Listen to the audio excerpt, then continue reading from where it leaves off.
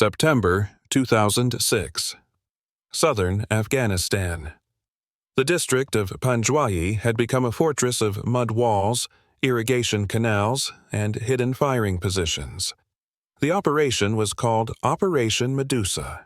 For weeks, insurgent fighters had fortified grape-drying huts and compounds, turning farmland into layered defensive belts. Many coalition planners expected a slow, clearing mission. What they got instead was a battle that felt closer to conventional warfare than counterinsurgency. At the center of the assault were Canadian troops from 1 PPCLN and other battle groups operating under NATO command. The plan looked straightforward on paper: push into Taliban-held territory, seize key compounds, hold the ground. But once the fighting began, it became clear this was no routine operation. Heavy machine gun fire tore across open fields. Snipers targeted advancing infantry. Mortar rounds landed with unsettling accuracy. American officers watching reports from command posts started realizing something uncomfortable. This was the largest combat engagement Canada had fought since Korea, and the Canadians weren't backing down. While U.S. air assets provided close air support and surveillance, much of the direct ground assault in the most contested sectors fell to Canadian units. They advanced across exposed terrain, coordinated artillery with precision, and adapted rapidly when initial pushes stalled. An American colonel later described the engagement as not a patrol, a full-scale, deliberate battle. By the end of the first major push, coalition analysts noticed something else. The insurgent defensive line had been broken faster than predicted, but the cost had been real. Casualties were taken. Medevac helicopters ran constantly. Dust, heat, and confusion blurred the line between seconds and hours, and still, the Canadians kept moving forward. What happened next would change how some U.S. commanders spoke about Canadian forces permanently. By the third day of Operation Medusa, Coalition Command no longer described the fighting as clearing operations. It was a battle. Reports coming in from Panjwayi were blunt.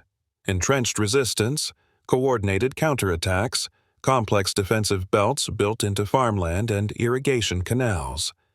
U.S. officers observing the battle from higher-level command posts began noticing something that shifted their tone completely. The Canadians weren't conducting cautious, probing patrols. They were executing deliberate, combined arms warfare. Artillery was called in with precision timing. Infantry maneuvered under covering fire.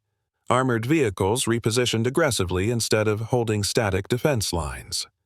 One American brigadier general reportedly told a staff officer, "They're fighting this like a conventional war." That comment wasn't criticism, it was respect. The insurgent strongholds in the Horn of Panjwayi had been expected to hold for weeks. Instead, Canadian-led pushes broke through key defensive clusters faster than coalition analysts had projected. But the speed came with risk. Open terrain meant exposure. Exposure meant casualties. And casualties meant every decision carried weight. Yet, despite sustained contact, Canadian units did not withdraw from contested sectors once engaged.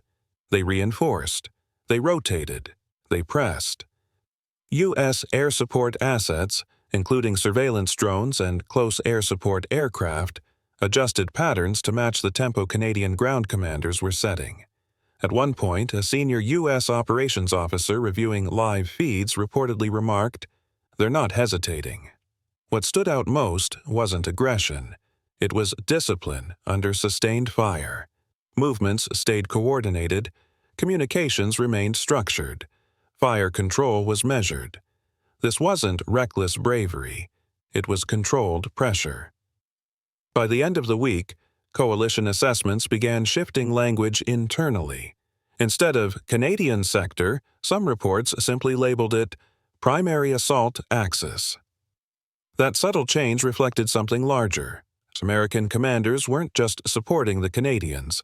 They were watching them lead the hardest ground fight of the mission.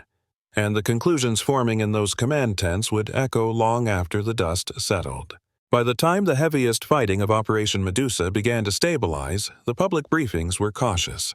Progress being made. Objectives secured. Coalition forces advancing. But inside the command tents, the language was different. After-action reviews started almost immediately. Intelligence officers replayed drone footage, ground commanders compared timelines. Casualty reports were studied with quiet intensity, and something became increasingly clear to several senior U.S. officers. The Canadians had carried the most intense portion of the ground assault. Not symbolically, not politically, operationally.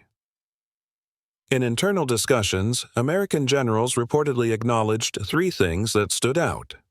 1. Tempo, under pressure. Canadian units maintained forward momentum even after taking casualties. Instead of pausing long enough to lose initiative, they reorganized quickly and continued controlled advances. That tempo prevented insurgent forces from fully regrouping. 2. Combined arms integration, artillery coordination, armored maneuver, and infantry movement were synchronized in a way that resembled high-intensity conventional warfare rather than counterinsurgency patrols. Fire missions were deliberate, adjustments were fast. Communication discipline remained intact. 3. Leadership at the tactical level, junior officers and NCOs adapted on the ground without waiting for higher-level direction. That flexibility impressed coalition observers who had expected slower, more cautious movement in such a fortified environment. One U.S. general, speaking candidly in a post-operation session, reportedly summarized it this way: "They didn't just hold their sector, they drove the fight."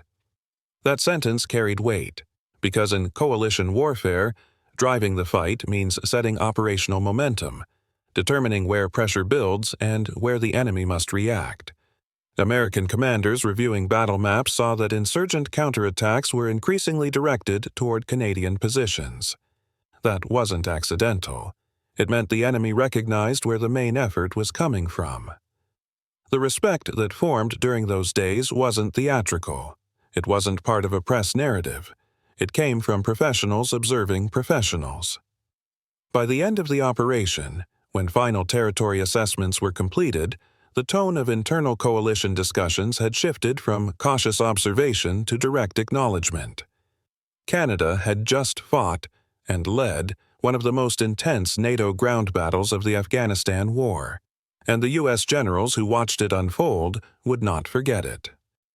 In internal discussions, American generals reportedly acknowledged three things that stood out. 1. Tempo, under pressure.